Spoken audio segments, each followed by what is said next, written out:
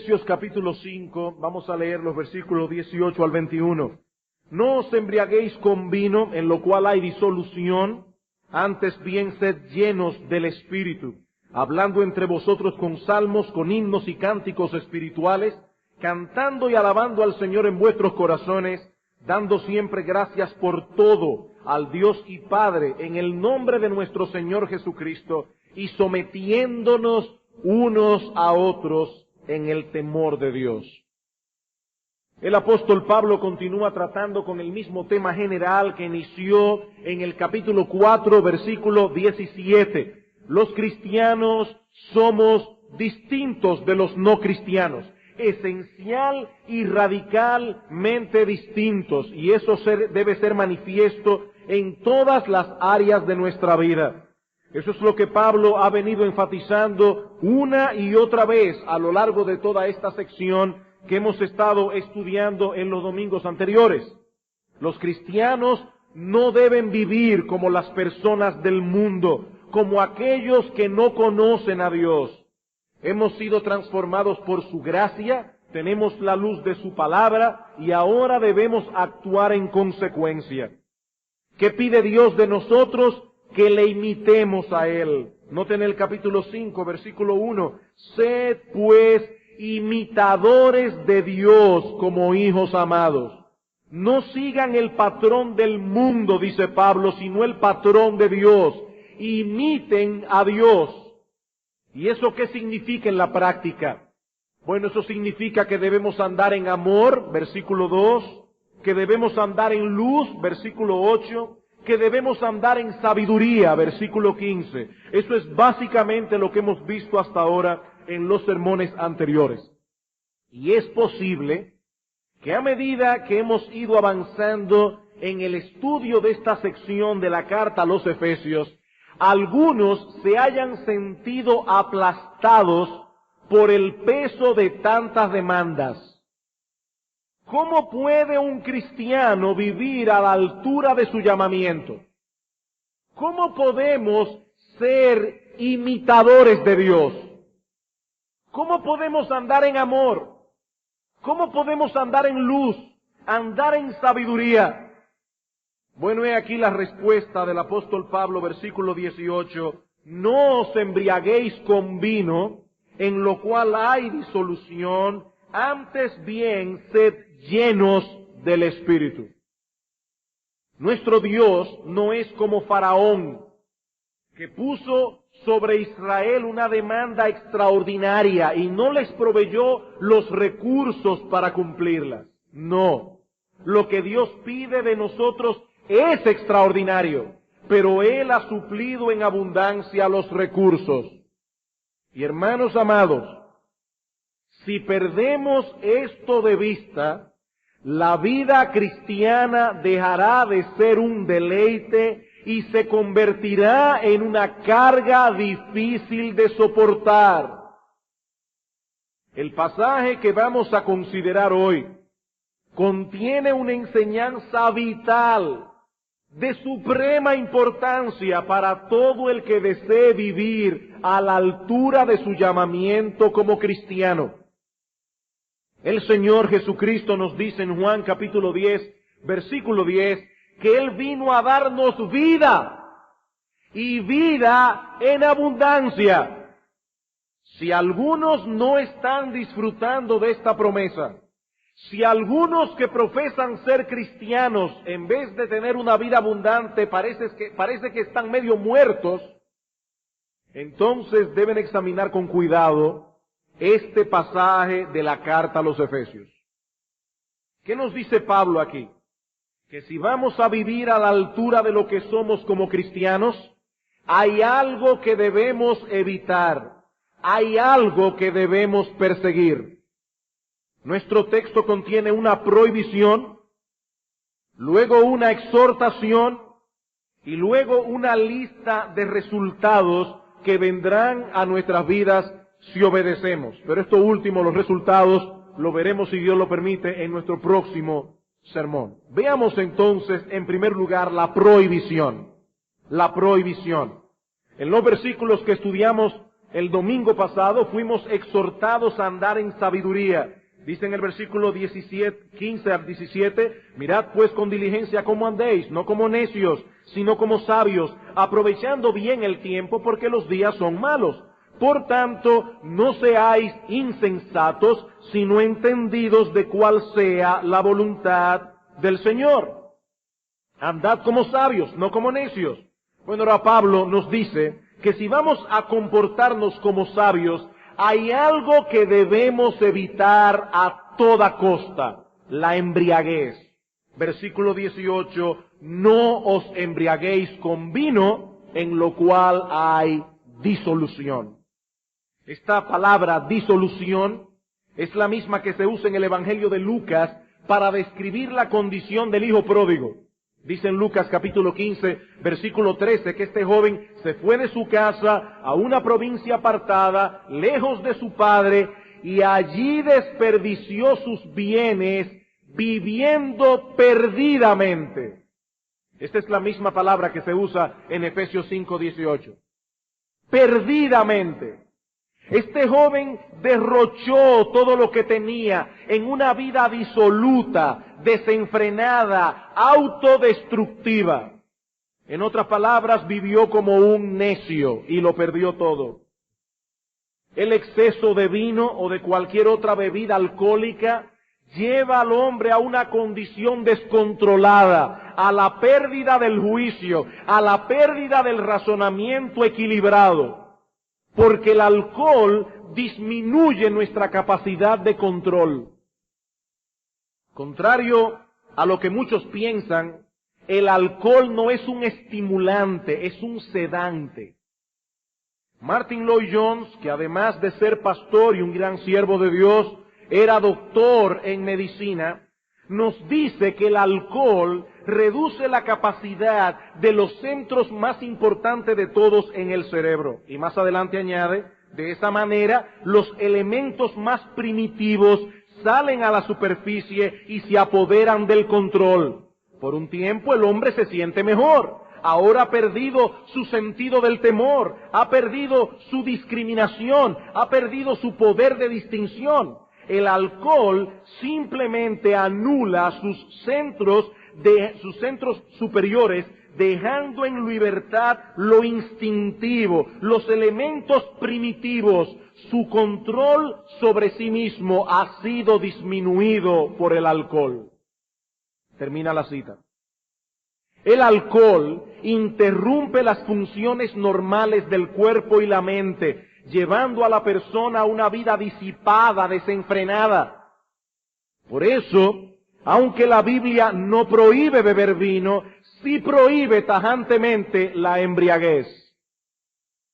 En los tiempos bíblicos, el vino era una bebida muy apreciada, tanto que se usa en varios textos de las Escrituras, incluso como símbolo de la bendición de Dios y de la alegría de la salvación.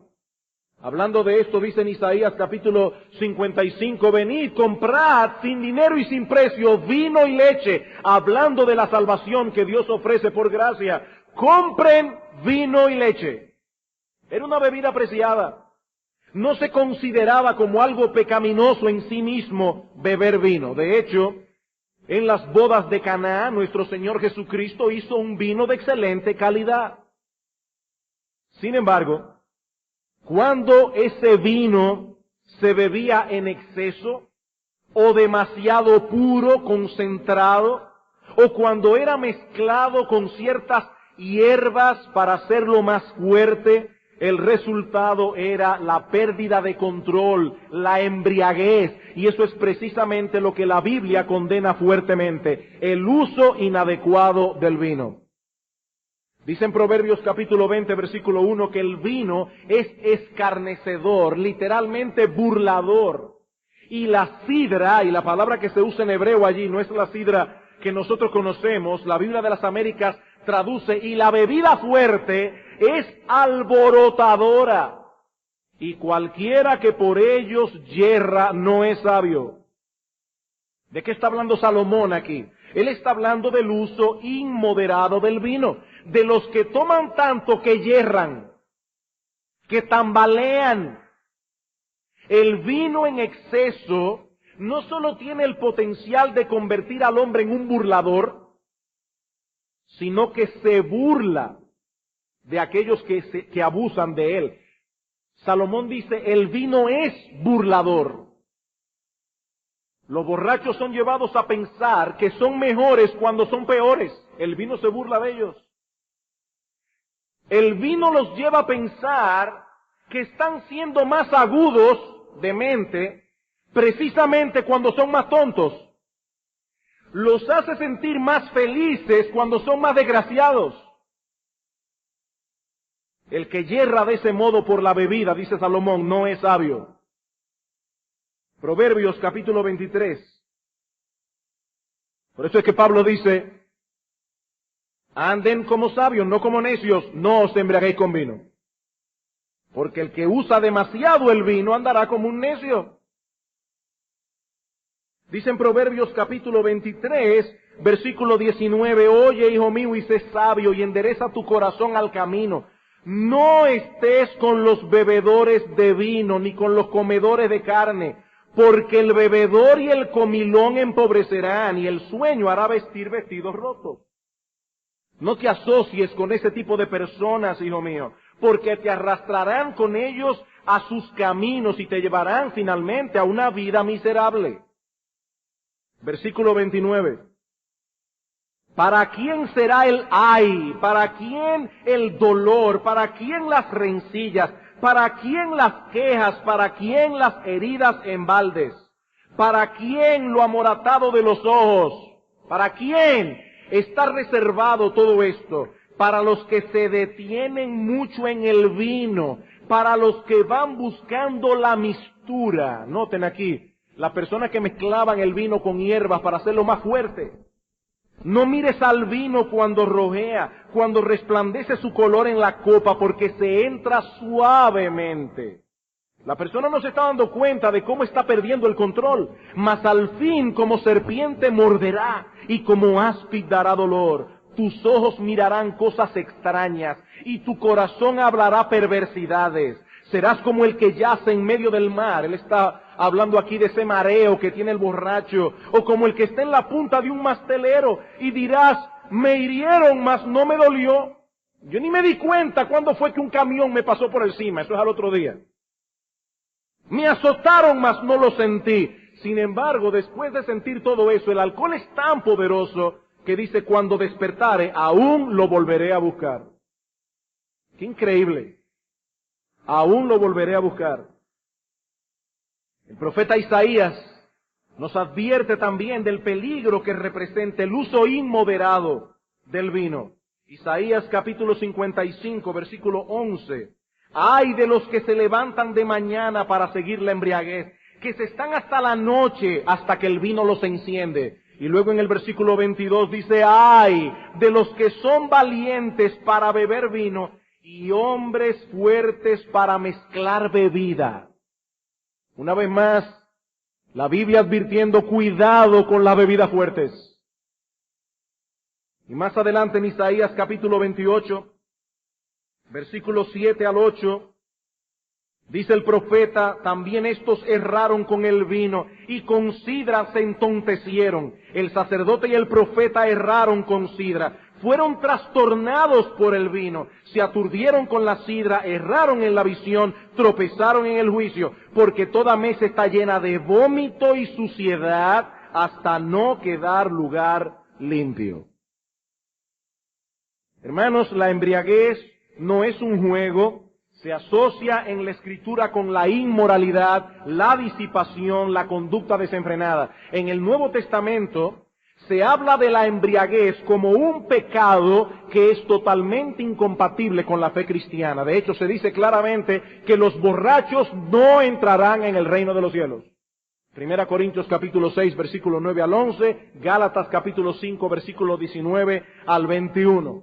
No entrarán en el reino de los cielos. Y en 1 Corintios 5, 11, Pablo nos dice que nosotros no debemos tener comunión cercana con ninguna persona que llamándose cristiano fuere fornicario, o avaro, o idólatra, o maldiciente, o borracho.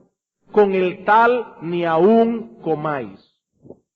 Esta conducta es incompatible con nuestra fe. Es una mancha, es una deshonra para el Evangelio que alguien profese ser un hijo de Dios y tenga esta clase de comportamiento. Ahora bien, en el texto que estamos estudiando hoy en la carta a los Efesios, el énfasis de Pablo no se encuentra tanto en el aspecto negativo de la embriaguez, sino más bien en el aspecto positivo de la llenura del Espíritu. De hecho, es muy probable que la razón por la cual Pablo introduce este pecado específico aquí es para hacer un contraste. Efesios 5:18, una vez más. No os embriaguéis con vino en lo cual hay disolución, antes bien, sed llenos del Espíritu Santo. ¿Cómo nos embriagamos de vino? Bebiendo vino, bebiendo vino, bebiendo vino, bebiendo vino, hasta que nos llenamos de vino. Dice Pablo, no os embriaguéis con vino, sed llenos del Espíritu Santo. Como veremos en un momento, hay ciertas similitudes entre la embriaguez y la llenura del Espíritu, como hay también diferencias abismales entre una condición y la otra. ¿Qué significa ser lleno del Espíritu Santo? ¿Cómo sabemos si un creyente posee esa condición? ¿Cómo puede ser el cristiano lleno del Espíritu de Dios? Eso es lo que quiero que consideremos en el tiempo que nos resta. Ya vimos la prohibición, veamos ahora la exhortación. La exhortación. Sed llenos del Espíritu Santo. Al tratar con este asunto, es muy importante que recordemos que el Espíritu Santo no es una sustancia o una influencia. No se trata de un gas o un líquido o un poder, es una persona. La tercera persona de la Trinidad que viene a morar en la vida de todo creyente desde el instante mismo de la conversión. Dice el apóstol Pablo en Romanos capítulo 8, versículo 9, que si alguno no tiene el Espíritu de Cristo, no es de él. El Espíritu Santo mora en todos los cristianos. Y no viene a nosotros por parte, sino como una persona completa. Cuando una persona cualquiera viene a nuestra casa de visita, él no viene en pedazos. Esa persona o está o no está. Y con el Espíritu es exactamente igual. No es que al convertirnos se nos da un pedazo del Espíritu, un poco del Espíritu. Y luego si cumplimos con ciertas condiciones nos dan otro pedazo, otro poco, y así más y más hasta que finalmente somos llenos del Espíritu. No, no. Lo que la Biblia enseña es que algunas personas tienen el Espíritu, los cristianos, y otros no lo tienen, los no cristianos. Juan capítulo 14. Juan capítulo 14. Versículo 16.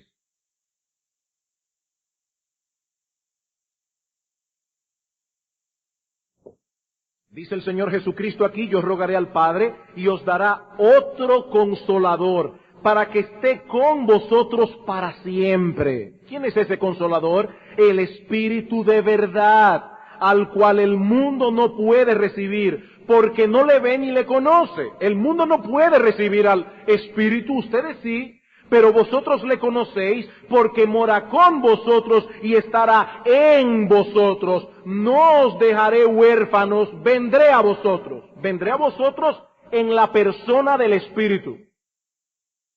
Aunque nuestro Señor Jesucristo ascendió a los cielos, sus discípulos no hemos quedado huérfanos, porque el Espíritu Santo ha venido a morar en nuestros corazones.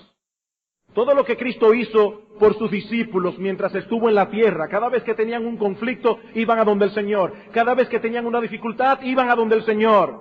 Bueno, todo eso es ahora el Espíritu para nosotros. Todo lo que Cristo hacía por ellos, el Espíritu lo hace ahora para todos los cristianos. Y hermanos amados, no existe ninguna condición que cumplir para que el Espíritu venga a morar en nosotros. Ninguna condición, excepto creer en Cristo. Juan capítulo 7. Juan capítulo 7. Hay personas al día de hoy que nos están dando muchas fórmulas para ser llenos del Espíritu Santo. Cuando lo que la Biblia dice o para que el Espíritu venga a morar en nosotros, cuando la Biblia dice que el Espíritu viene a morar en todos los que creen. Juan capítulo 7, versículo 37, en el último y gran día de la fiesta, Jesús se puso en pie y alzó la voz diciendo, si alguno tiene sed, venga a mí y beba. El que cree en mí, como dice la Escritura, de su interior correrán ríos de agua viva. Esto dijo del Espíritu que habían de recibir los que creyesen en Él, pues aún no había venido el Espíritu Santo porque Jesús no había sido aún glorificado. Todos los que creen ya tienen el Espíritu. Sin embargo, es a un grupo de creyentes a los que Pablo exhorta en Efesios 5:18 a ser llenos del Espíritu. El Espíritu mora en todo cristiano, pero no todos los cristianos son llenos del Espíritu Santo. ¿Qué significa ser llenos del Espíritu? Muchas veces la Escritura usa la expresión ser llenos de para señalar la condición de alguien que está siendo controlado por algo. Por ejemplo, en el Evangelio de Lucas, capítulo 5, versículo 26, se habla de un grupo de personas que se llenaron de temor cuando vieron al Señor sanar a un paralítico. Y en Lucas capítulo 6, versículo 11, se dice de los fariseos que se llenaron de furor contra Cristo porque sanó en el día de reposo a un hombre que tenía una mano seca. No es lo mismo sentir miedo o ira que estar lleno de miedo o lleno de ira. Son dos experiencias distintas. Una persona llena de miedo está controlada por el miedo, así como una persona llena de ira está controlada por la ira, al punto de que puede llegar incluso a cometer una locura. Está fuera de control. Ser llenos del Espíritu no es otra cosa que ser controlado por el Espíritu que mora en nosotros. Noten el contraste, no os embriaguéis con vino, en lo cual hay disolución. Antes bien, sed llenos del Espíritu. Lo que sucede con una persona cuando se emborracha es que ha tomado tanto alcohol que su influencia lo domina. Este hombre está bajo el efecto de la bebida. Lo que Pablo nos dice aquí es que los cristianos no deben dejar que eso ocurra. No debemos permitir que el alcohol, ni ninguna otra cosa, nos influencie de ese modo, sino que debemos dejarnos controlar por el Espíritu. Así como la bebida afecta la mente, el corazón, la voluntad, así debemos ser afectados por el Espíritu, en nuestra mente, en nuestro corazón, en nuestra voluntad. Esa es la similitud entre la borrachera y la llenura del Espíritu Santo. Pero ahí se para la similitud. Como decíamos hace un momento, también existe entre ambas una diferencia abismal. La persona ebria pierde el control de sí mismo, mientras que uno de los frutos del Espíritu es el dominio propio. Dice Pablo en Gálatas capítulo 5, versículo 22, que el fruto del Espíritu es amor, gozo, paz, paciencia, benignidad, bondad, fe, mansedumbre, templanza, dominio propio, autocontrol. Es la idea de esa palabra. Y en 2 Timoteo 1:7 Pablo nos dice una vez más que Dios no nos ha dado espíritu de cobardía, sino de poder, de amor y de dominio propio. Muchas personas al día de hoy entran en una especie de trance emocional y comienzan a comportarse como si estuvieran fuera de sí. Parece que están locos. Y nos dicen que eso es una evidencia de que están llenos del Espíritu. Nada más lejos de la realidad. La llenura del Espíritu no se manifiesta de ese modo, sino más bien a través de un carácter piadoso, autocontrolado y una vida fructífera. Lo que hace el Espíritu Santo en nosotros es tomar nuestras facultades y ponerlas a funcionar adecuadamente. Un comentarista dice, Si el alcohol excesivo deshumaniza, transformando a un ser humano en una bestia, la plenitud del Espíritu humaniza porque nos hace como Cristo. Hace un momento decíamos que el alcohol es un sedante. Martin Lloyd-Jones dice que si él tiene que colocar al espíritu en un texto de farmacología, lo pondría entre los estimulantes.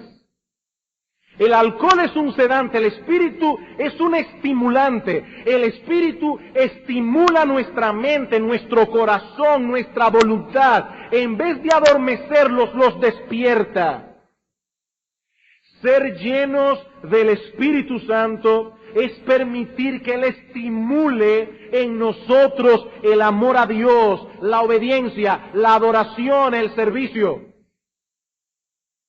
Por eso en la Biblia se conecta, se asocia la plenitud del Espíritu con rasgos de carácter piadoso. No con un temblor, no con una forma alocada de ser, con un carácter piadoso. En Hechos capítulo 6, versículo 3, en el contexto de la elección de los primeros diáconos, los apóstoles exhortan a la multitud de discípulos a buscar 7 varones de buen testimonio, llenos del Espíritu Santo y de sabiduría. Llenos del Espíritu Santo y de sabiduría. Si una persona en un momento dado se comporta como un necio, no está siendo lleno del Espíritu Santo. Si parece un loco, no es el Espíritu. No es el Espíritu. Y luego en el versículo 5 se menciona a Esteban de manera particular y se nos dice que era un varón lleno de fe y del Espíritu Santo. Y más adelante en Hechos capítulo 13, versículo 52, se dice de los discípulos de Antioquía, la iglesia de Antioquía, que estaban llenos de gozo y del Espíritu Santo. Noten que el énfasis está en el carácter de la persona. Y lo mismo vemos en otros textos de la Biblia, que aunque no mencionan la llenura del Espíritu explícitamente, sí hacen referencia a una vida espiritual abundante que solo puede ser producida por la plenitud del Espíritu en nosotros. Por ejemplo, en Romanos capítulo 14, versículo 17, Pablo nos dice que el reino de Dios no consiste en comida ni bebida, sino en ¿qué? En justicia, paz y gozo en el Espíritu Santo. Y luego en Romanos capítulo 15, versículo 13, Pablo añade, y el Dios de esperanza os llene de todo gozo y paz en el creer, para que abundéis en esperanza por el poder del Espíritu Santo. En 2 Corintios 7:4, Pablo habla de ser lleno de consolación y de sobreabundar de gozo, aún en medio de las tribulaciones.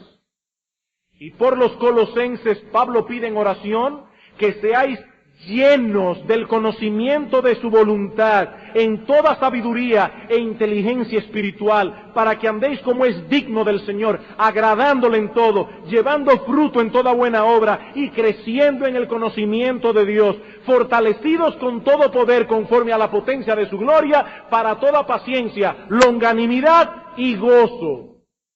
Ese es el efecto que produce en el cristiano la llenura del Espíritu. No un calambre, no. Buen testimonio, sabiduría, fe, un gozo que sobreabunda, paz, esperanza, consuelo, bondad, conocimiento de Dios, fructificación, paciencia, longanimidad, en cualquier circunstancia. Es lo mismo que tenemos en nuestro texto en Efesios 5. Como hemos visto ya en Efesios 5:18, Pablo menciona la llenura del Espíritu en medio de una amplia sección que trata con el comportamiento del cristiano en el mundo. ¿Y cuáles son los resultados que cosecharemos en nuestras vidas si somos llenos del Espíritu? Bueno, Pablo menciona el gozo, la gratitud, una comunión edificante, sumisión mutua. Eso lo veremos con detalles el domingo próximo. Eso es lo que produce en el creyente la llenura del Espíritu. Amados hermanos, es imposible vivir la vida cristiana abundante que Cristo ofrece sin ser llenos del Espíritu. Esa llenura es imprescindible para el gozo cristiano, para la adoración espiritual, para el servicio fiel, para la obediencia constante. No podremos andar como es digno de la vocación con que fuimos llamados, no podremos vivir a la altura de lo que somos como cristianos, no podremos ser imitadores de Dios, andar en amor, andar en luz, andar en sabiduría, si no somos llenos del Espíritu. No podemos. Nuestro Señor Jesucristo dijo a los discípulos en el aposento alto, separados de mí nada podéis hacer. Y Él mora en nosotros por su Espíritu. Fuera de su influencia quedamos reducidos a nada. Si hay algo que necesitamos con urgencia en nuestras vidas, es ser llenos del Espíritu Santo. Me imagino que ya muchos deben estar haciéndose la pregunta, ¿y cómo? Está bien, ya me convenció, pastor. Ahora, ¿cómo puede un creyente ser lleno del Espíritu? Para responder esa pregunta, es de suprema importancia que examinemos nuestro texto con más detenimiento. Hay varios detalles allí que si los leemos rápidamente los vamos a pasar por alto. En el texto de Efesios 5:18, no nos vamos a salir de ahí.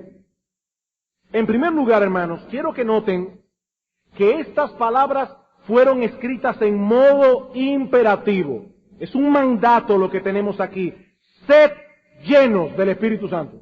No es un consejo, no es una opción, es una orden dada a nosotros por el apóstol Pablo bajo la inspiración del mismo Espíritu Santo.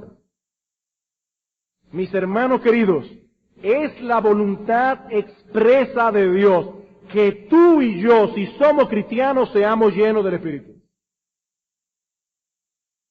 En segundo lugar, y estrechamente ligado al punto anterior, es obvio que los cristianos juegan un papel responsable y activo en este asunto.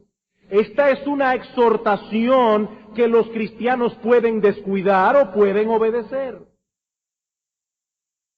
Amados hermanos, debemos insistir una vez más en algo que hemos dicho en este púlpito muchas veces. El cristiano no es un robot. Es un ser humano responsable. Es él quien debe decidir no llenarse de vino ni de ninguna otra cosa sino del Espíritu Santo. Porque Pablo dice, sed lleno del Espíritu. A los cristianos se los dice. En tercer lugar, quiero que noten también que este imperativo está en plural. Que Pablo se dirige aquí a todos los creyentes de la iglesia de Éfeso y no a un grupito de cristianos súper espirituales que había en la iglesia.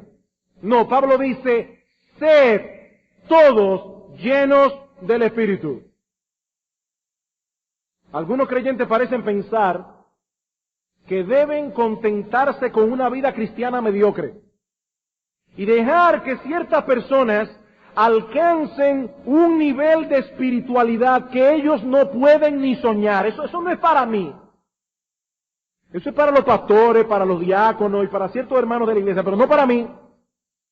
Yo soy un cristiano común y corriente. Bueno, eso no es lo que el apóstol Pablo dice aquí. A todos los hermanos de la iglesia Pablo le da el mandato. Tienen que ser llenos del Espíritu Santo. Por eso es que más adelante Pablo abarca a todos los miembros de la iglesia cuando habla de los frutos que producen los cristianos la llenura del Espíritu. A todos. Las esposas deben someterse a su marido, los maridos deben amar a sus mujeres como Cristo amó a la iglesia, los padres deben criar a sus hijos en la disciplina y amonestación del Señor, los hijos deben someterse a sus padres, los siervos, los amos. Todos deben ser llenos del Espíritu para poder hacer eso. En cuarto lugar, hay algo en nuestro texto que ustedes no lo van a ver en el idioma español, pero sí se ve en el idioma original en que Pablo escribió la carta, en el idioma griego. Y es que este imperativo no solo está en plural, sino también en voz pasiva. ¿Y eso qué significa? Que nosotros podemos traducirlo de esta manera: déjense ser llenos del Espíritu Santo. Déjense guiar. Déjense controlar. Déjense influenciar. Eso es lo que Pablo está diciendo. Y una cosa más, es que en el original, el mandato no solo está en plural, en voz pasiva, sino también en tiempo presente. Lo que indica que se trata de algo habitual. Déjense controlar continuamente por el Espíritu Santo. Esta debe ser la experiencia diaria del cristiano, porque cada día vamos a necesitar su control, su influencia, su dirección. La llenura del Espíritu de la que Pablo habla aquí no es una experiencia crítica que se obtiene en un momento dado y que nos lleva a actuar en una forma extraña o a sentir cosas escalofriantes. No, no. Pablo está hablando aquí de una condición, de un estado en el que debemos vivir permanentemente. El pastor Salvador Gómez citó Gálatas capítulo 5 en la clase de escuela dominical: andad en el Espíritu, Gálatas 5:16, y no satisfagáis los deseos de la carne. ¿Cuándo yo debo andar en el Espíritu? ¿De 8 a 12? No, andad en el Espíritu. No es que yo voy a una reunión especial y de repente alguien me puso las manos y yo caí en el piso. No, eso no tiene nada que ver con esto que Pablo está hablando aquí. Pablo está hablando de un estado, de una condición. Volvemos entonces a la pregunta que hicimos hace un momento. ¿Cómo pueden los cristianos ser llenos del Espíritu Santo? Yo no quiero abusar de ustedes, de vuestra paciencia, porque me han esperado hasta aquí. Pero me van a tener que esperar un paso más. Permítanme, antes de decirle cómo, darles dos cosas negativas que debemos evitar para ser llenos del Espíritu. Dos cosas negativas, luego veremos la positiva. Si queremos ser llenos del Espíritu, debemos evitar a toda costa contristar al Espíritu. Eso es evidente. Dice en Efesios capítulo 4, versículo 30, no contristéis al Espíritu Santo de Dios, con el cual fuisteis sellados para el día de la redención. El Espíritu Santo es una persona divina que habita dentro de mí. Va con nosotros a todas partes. Cuando estás manejando el carro, cuando estás viendo televisión, cuando estás oyendo música, el Espíritu Santo va contigo. Y esto es algo que tristemente los cristianos tendemos a olvidar. Yo debo cuidarme de lo que veo, debo cuidarme de lo que oigo, debo cuidarme de lo que hago, debo cuidarme de lo que hago, de los lugares que visito, para no contristar al Espíritu Santo que mora en mí. ¿O no sabéis que vuestro cuerpo es templo del Espíritu Santo, dice Pablo en 1 Corintios capítulo 6? El cual está en vosotros, el cual tenéis de Dios y que no sois vuestros. Mi hermano, ¿qué tú haces cuando un huésped distinguido va a tu casa? Que tú estás muy consciente de eso. Y si tiene niños pequeños y el huésped no ha salido de su cuarto, tú le dices, bajito, que fulano está durmiendo, no ha salido de la habitación. Estás muy consciente de que hay un huésped ahí. Bueno, hermanos, nosotros debemos estar conscientes de que el Espíritu Santo está en nosotros. A veces olvidamos esta gloriosa realidad. Cristo, nuestro Salvador, mora en nosotros por su Espíritu. Si queremos ser controlados por Él, debemos cuidarnos de no entristecerlo.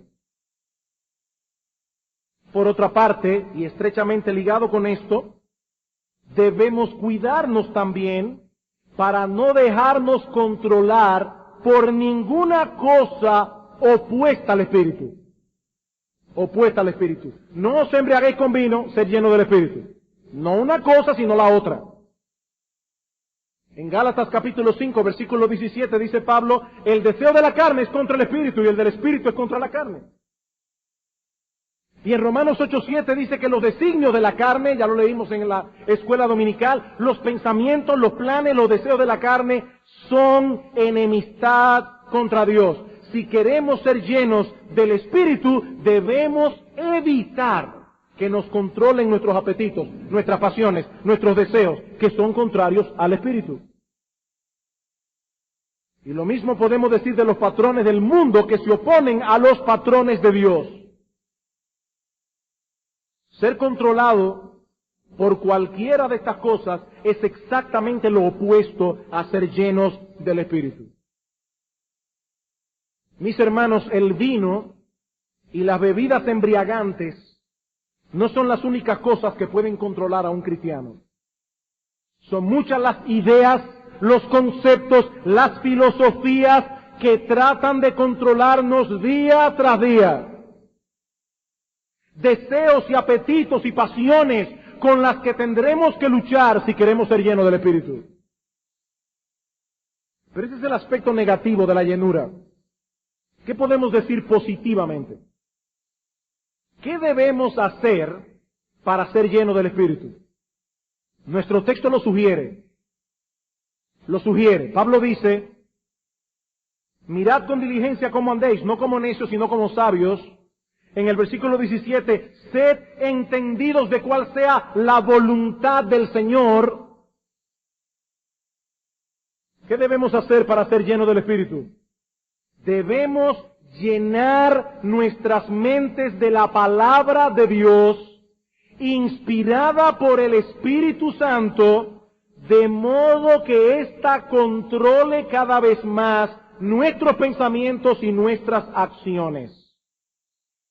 Noten, hermanos, algo interesante en Colosenses capítulo 3, versículo 16. Allí Pablo nos dice que la palabra de Cristo debe morar abundantemente en nosotros. Ahora, lo interesante de este texto es que los frutos que Pablo menciona como resultado de esa llenura de la palabra son exactamente los mismos que Pablo menciona en Efesios 5 como resultado de ser lleno del Espíritu. Los mismos. Colosenses 3:16. La palabra de Cristo mora en abundancia en vosotros, enseñándoos y exhortándoos unos a otros en toda sabiduría, cantando con gracia en vuestros corazones al Señor, con salmos, con himnos, cánticos espirituales, y todo lo que hacéis, sea de palabra o de hecho, hacedlo todo en el nombre del Señor Jesús, dando gracias a Dios Padre por medio de Él. Casadas, estén sujetas a vuestro marido, maridos, amad a vuestras mujeres, etcétera. Lo mismo de Efesios 6, Efesios 5. En la medida en que la palabra de Cristo va tomando lugar en nuestras mentes, no solo comenzamos a pensar como Cristo, a actuar como Cristo y a parecernos a Cristo, sino, y hermanos, aquí sí yo les pido que pongan todas sus neuronas cerebrales a funcionar, porque lo que voy a explicar no es fácil de explicar. No solamente pensaremos como Cristo, actuaremos como Cristo, nos pareceremos a Cristo cuando su palabra tome lugar en nosotros, sino que el poder de su Espíritu se manifestará más ampliamente en nuestras vidas. Permítame tomar unos minutos para explicar este proceso. Hace unos meses atrás estudiamos la oración de Pablo por los Efesios en el capítulo 3, versículo 14. Efesios capítulo 3, versículo 14.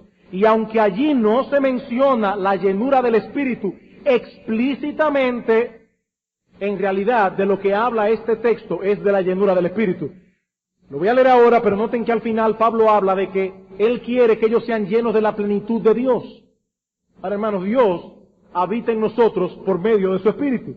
Ser lleno de la plenitud de Dios es ser lleno del Espíritu Santo. Con esto en mente vamos a leer la oración de Pablo en Efesios 3. Versículo 14. Por esta causa doblo mis rodillas ante el Padre de nuestro Señor Jesucristo, de quien toma nombre toda familia en los cielos y en la tierra, para que os dé, conforme a las riquezas de su gloria, el ser fortalecidos con poder en el hombre interior por su Espíritu, para que habite Cristo por la fe en vuestros corazones, a fin de que arraigados y cimentados en amor, seáis plenamente capaces de comprender con todos los santos cuál sea la anchura, la longitud, la profundidad y la altura, y de conocer el amor de Cristo que excede a todo conocimiento, para que seáis llenos de toda la plenitud de Dios. Pablo pide en oración que estos hermanos sean fortalecidos con poder en el hombre interior por su Espíritu. ¿Para qué? Para que habite Cristo por la fe en nuestros corazones. Ahora, ya Cristo habita en todo cristiano, pero la palabra que el apóstol Pablo usa aquí, si recuerdan cuando estudiamos este texto, es una palabra muy fuerte en griego, que significa para que Cristo tenga en nosotros una habitación confortable, para que Él se sienta como en su casa y pueda moverse a sus anchas allí. Él habita ya en nuestros corazones por medio de su Espíritu, pero a medida que la fe se fortalece y se acrecienta en nosotros, Cristo habita más confortablemente y nosotros nos beneficiamos más ampliamente de su poder.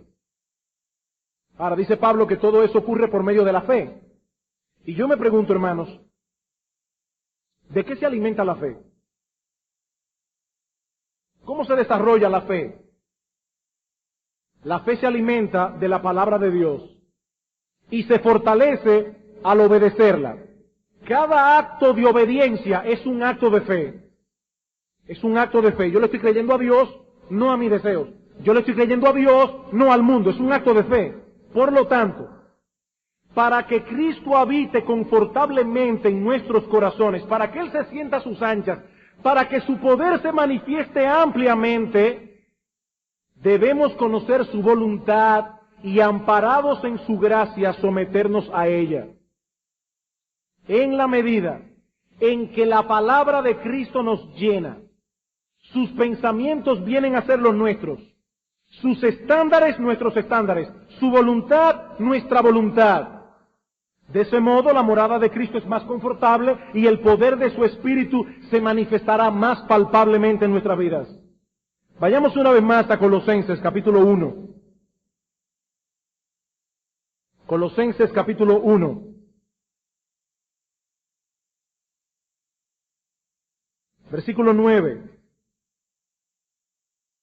Por lo cual también nosotros desde el día que lo oímos no cesamos de orar por vosotros y de pedir que seáis llenos del conocimiento de su voluntad en toda sabiduría e inteligencia espiritual, para que andéis como es digno del Señor, agradándole en todo, llevando fruto en toda buena obra y creciendo en el conocimiento de Dios, fortalecidos con todo poder, conforme a la potencia de su gloria, para toda paciencia y longanimidad con gozo.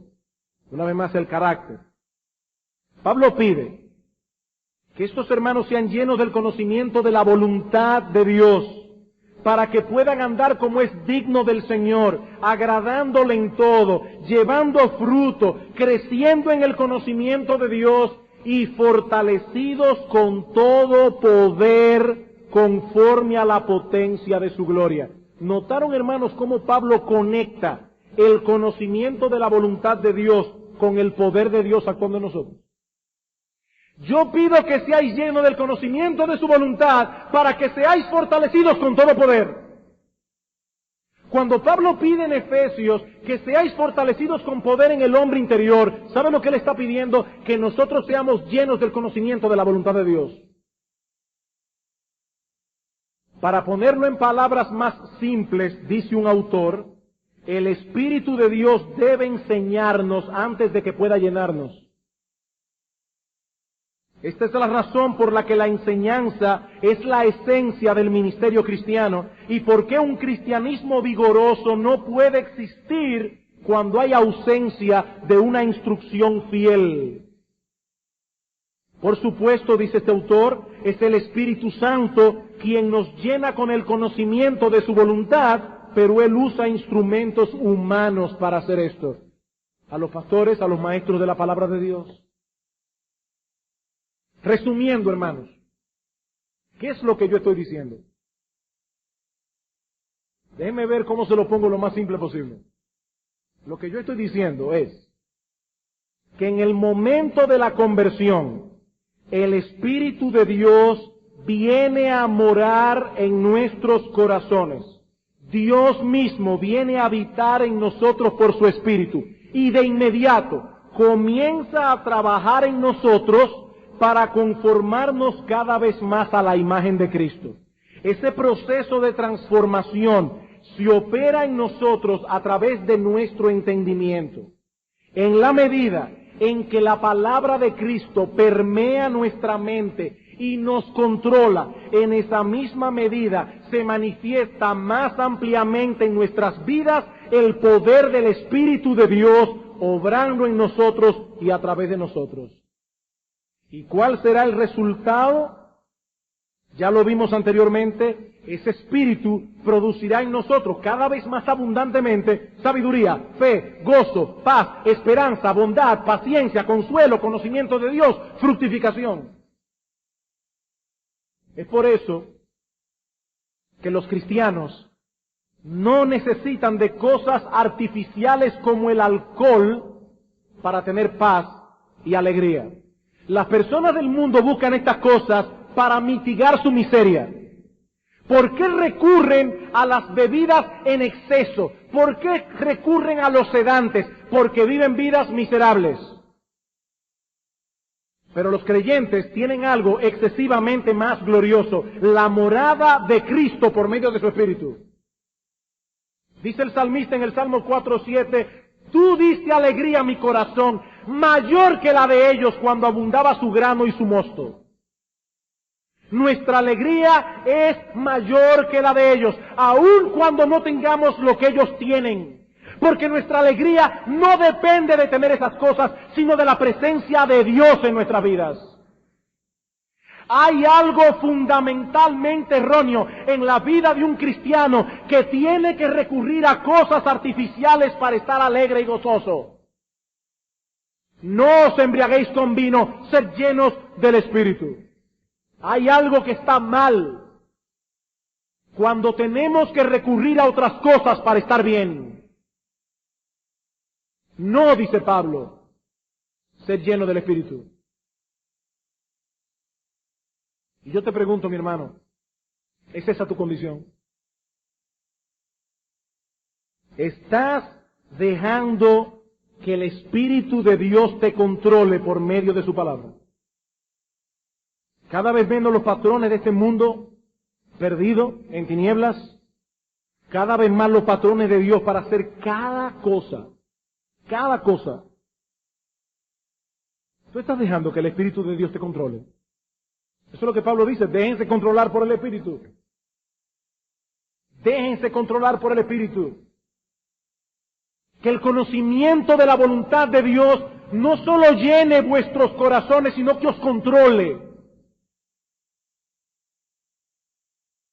Estás luchando diligentemente, mi hermano amado, para que ninguna otra cosa te controle.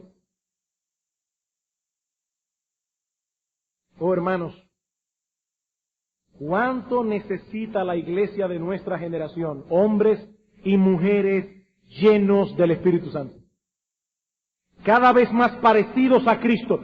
¿Cuánta necesidad de cristianos que manifiesten en sus vidas el gozo de la salvación? El gozo y la alegría de conocer al único Dios vivo y verdadero. El gozo de tenerle a Él por Padre. El gozo de saber que Cristo nos ama con amor eterno y que ninguna cosa de este mundo, ninguna cosa de esta vida nos podrá separar de ese amor. Jamás. ¿Qué dice Pablo en Efesios 3? Que sean fortalecidos con poder en el hombre interior por su Espíritu, para que habite Cristo por la fe en vuestros corazones, para que ustedes entiendan el amor de Cristo. Para que ustedes entiendan el amor de Cristo.